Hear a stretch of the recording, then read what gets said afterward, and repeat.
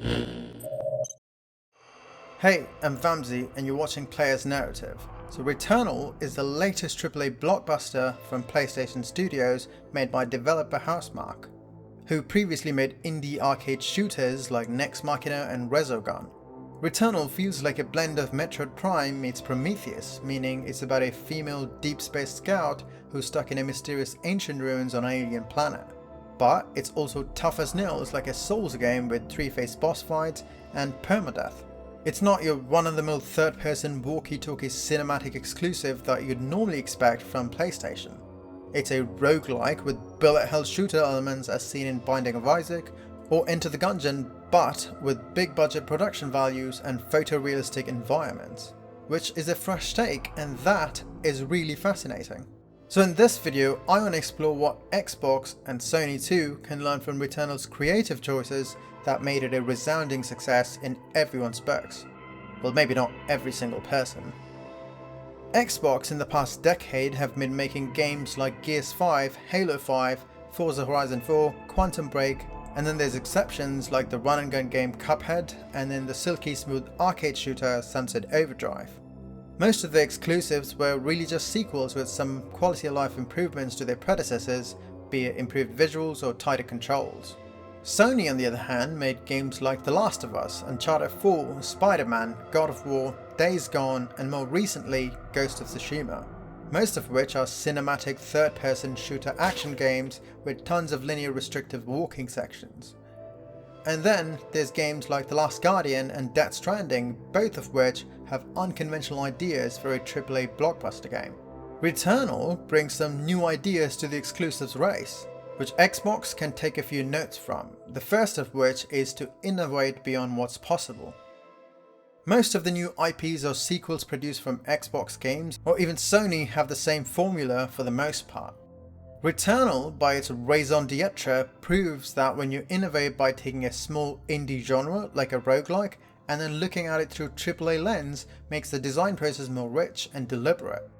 The outcome is a hardcore Doom-esque shooter with tons of projectiles and enemies to dodge, and the threat of death looming on your head as there's no checkpoints or extra lives, which is typically seen in old arcade games or 2D shooters like Contra. It also doesn't need to be a new IP or genre bending, but using new ideas to invigorate a franchise can do wonders. Take the recent Watch Dogs Legion for example, which is the third game in the franchise made by Ubisoft. The standout feature of that game is the ability to play as any NPC you see in the open world, which hasn't been done before and is a natural extension of the previous two games' mechanics. Resident Evil practically reinvented itself twice over, once when it started the over-the-shoulder shooter genre with Resident Evil 4, and in Resident Evil 7 it's a survival horror game where resource management and light puzzle solving takes charge in first person.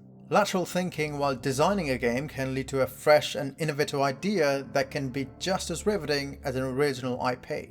Like the recent Slay the Spire game, which is a roguelike deck building game which combines two different genres to come out with something new and more than the sum of its parts. That's something that studio-funded first-party developers should really explore and push the boundaries. We wouldn't have had the stealth genre explored to its ceiling if it wasn't for Metal Gear Solid taking it mainstream after all. Another delineation that Returnal undoubtedly makes is how it imprints on the genre it borrows from, meaning it brings some new ideas to an old genre. Returnal brings new gameplay mechanics to an old genre to make it its own and leave an indelible mark on the genre itself, as it's all about risk versus reward in every way. Your adrenaline meter, which maxes out at 5 with 5 different perks for each one of the enemy you kill in succession, but getting hit once resets the meter back to 0. Another way the game emphasizes this is with the malfunction system, where health, chests or obulites all can be malignant, meaning you have a chance of getting a debuff. If you do get a malfunction like say long falls cause damage, you can get rid of it by doing a certain task like get 3 melee kills or collect an artifact. Other attributes like parasites have both a buff and nerf tied into one item that changes how you play. I had a parasite which made me take damage if I actively used Overload, which is basically Returnal's active reload from Gears of War. This makes every decision vital and thoughtful in each run, which you'll definitely have many of. With the constant risk of death and the twists and turns of malfunctions, Returnal makes sure that the player is constantly engaged in a new plan of action in their gameplay style. Returnal also finds a new way to do progression in the roguelike genre, where some games either let you keep your currency to buy weapons and health upgrades, a la roguelites, and some games make you lose everything and start from scratch, which is like the original game that inspired it, Rogue, hence roguelike. Returnal does give you permanent upgrades that are trivial and not really helpful in combat, like a grappling hook that lets you get into unreachable places in a biome or get side grades that don't change the moment-to-moment gameplay. It also lets you skip boss fights after you kill them the first time. After that, you can beeline to the other biome instead of having to go through every biome and fight every boss every single time, especially as each run lasts for more than 2 hours. This way, every player from low to high school can feel like they're making progress instead of feeling like they're stuck in a rut. The narrative is also sprinkled throughout the game as you find keys to your house that unlock segments of the story, but only as you progress through more biomes.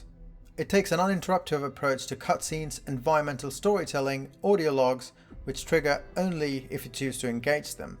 I personally like it when a game trusts the player to pick up the subliminal storytelling, or if you actively choose to engage in it, instead of taking control away from the player to tell the story, and Returnal nails that to a T.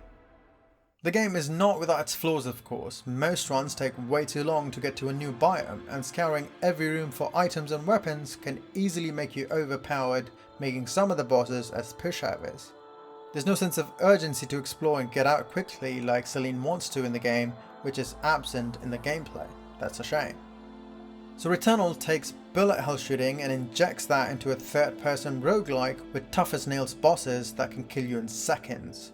It constantly keeps the player engaged with malfunctions and other systems. It provides a new meta-level progression in between runs to feel like you're advancing through the game over time. The story is told through passive ways and doesn't interrupt the gameplay. These clever choices are what makes Returnal one of the best exclusives around for PlayStation, something which Xbox and Sony itself can learn a lot from. Hey, thanks for watching. Subscribe and click on that bell icon if you want to support my channel, and like the video if you did. Let me know what your favourite exclusive game is in the comment section below, and if there's any good Xbox exclusives like 12 Minutes or Sunset Overdrive in the comment section below.